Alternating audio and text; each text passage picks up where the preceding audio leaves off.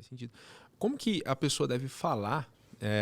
Qual que é a tonalidade certa, né? A gente falando de voz, qual a tonalidade certa que a pessoa deve se expressar para conseguir gerar confiança, autoridade e eu acho que é o mais importante, gerar confiança e autoridade. Além das técnicas que a gente comentou sobre as mãos, a voz, a tonalidade e também o jeito, né? Às vezes assim, ó, às vezes eu me sinto, às vezes, igual eu tô falando agora, às vezes eu me sinto um pouco prolixo, às vezes eu sinto que eu falo, prolixo para quem não sabe é o cara que estende muito, dá a volta para falar. É uma coisa que eu tenho que treinar. Ou às vezes eu começo a falar em um assunto que eu entendo muito, que eu gosto muito e eu me empolgo.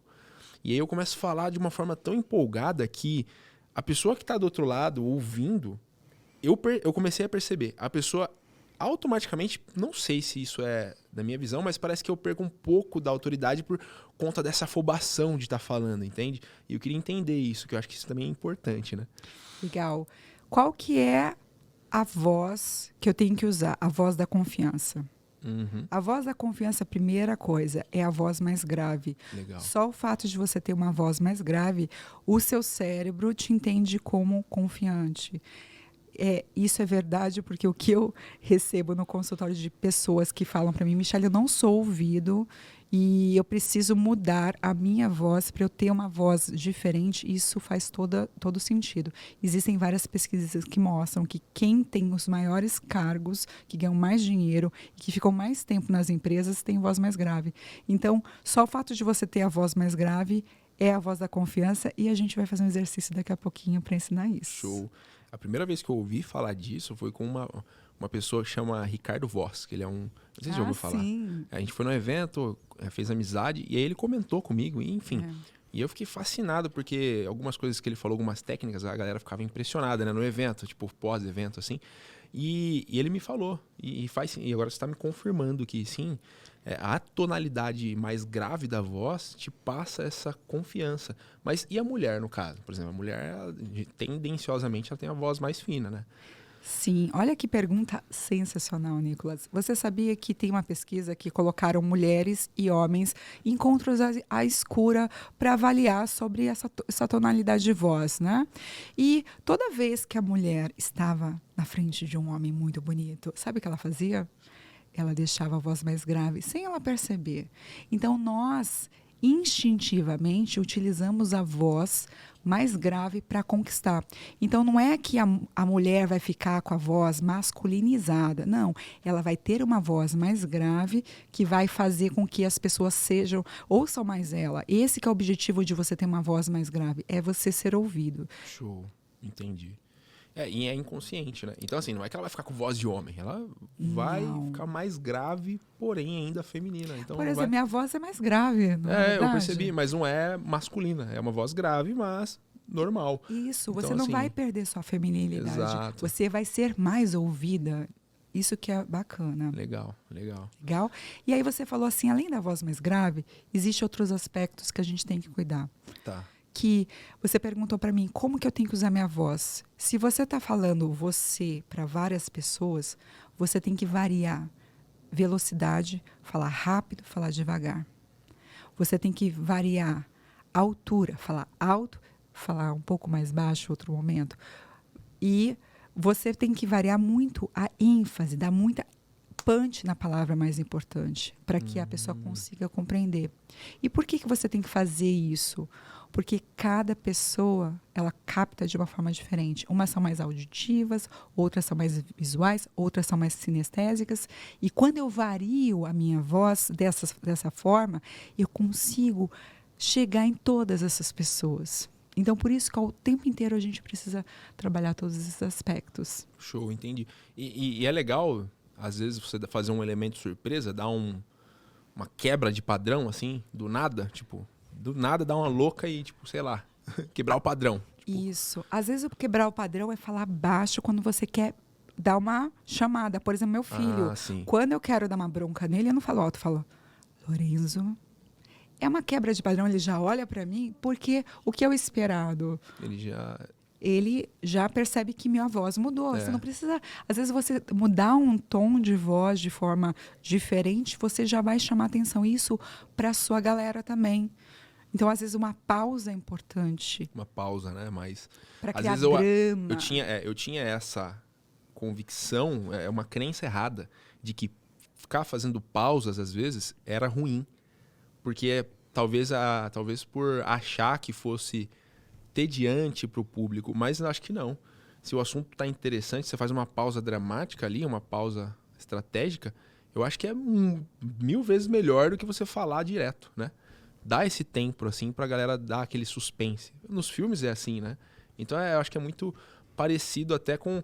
Eu acho que uma coisa que dá pra treinar, né, e na forma de se comunicar é assistir filme e prestar atenção na comunicação, porque eu acho que eles usam muita técnica de oratória, né, nos filmes, pelo que eu vejo.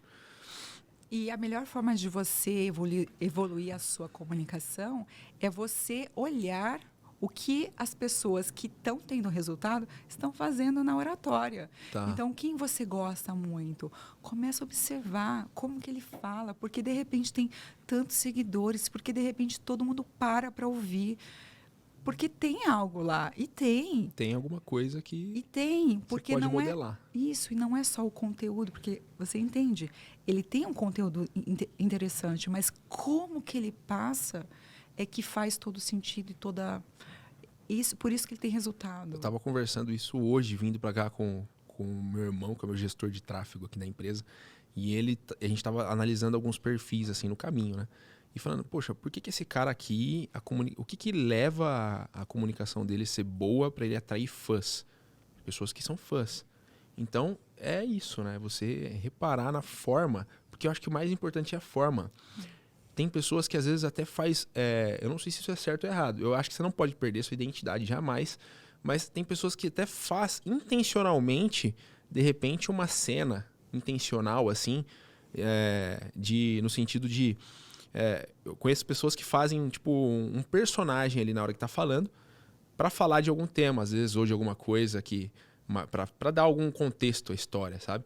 E eu acho que isso tudo, você prestar atenção nesses detalhes, faz com que você consiga modelar. Não precisa copiar, fazer igual. Você vai modelar do seu jeito.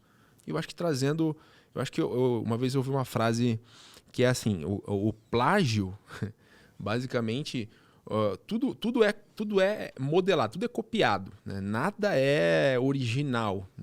Assim, hoje em dia, desde quando existiu a primeira obra, o restante das outras obras parecidas foram modeladas com base em um molde, né? Em um modelo. Então, a comunicação, ela, para não se tornar plágio, é basicamente você não copiar os mesmos jargões, as mesmas falas, idêntico ao cara. Porque aí a pessoa vai perceber e ligar você ao cara conhecido que você está modelando. Mas, se você modela um pouco dele e modela um pouco do outro que você admira e um pouco do outro, você vai juntando as peças e você se torna original, modelando um pouco de cada. Isso faz sentido na hora de modelar as pessoas? Com certeza. E eu sempre trago as pessoas que eu gosto para mostrar que a gente tem que sempre estar modelando, porque eles nos mostram o caminho. Tá errado a gente achar que não é para modelar. Sim, sim. Nós temos que olhar o que faz sentido para que as pessoas gostem dele, o que ele está fazendo, e você ir nessa pegada que também toca seu coração, porque você vai trazer sua autenticidade quando você tocar o seu coração e você vê nele. Porque geralmente quando você vê algo nele, você tem isso também. E olha que interessante, faz sentido isso. Porque eu tava nessa dúvida, né? Poxa, mas se eu modelar as pessoas, eu vou perder a minha identidade, eu não vou ser eu. As pessoas às vezes têm essa dúvida, eu tinha. Sim. E eu faço terapia, né? Então, assim, eu acho que todo mundo deveria fazer, porque terapia é muito importante para desenvolver, enfim, trabalhar os aspectos, enfim.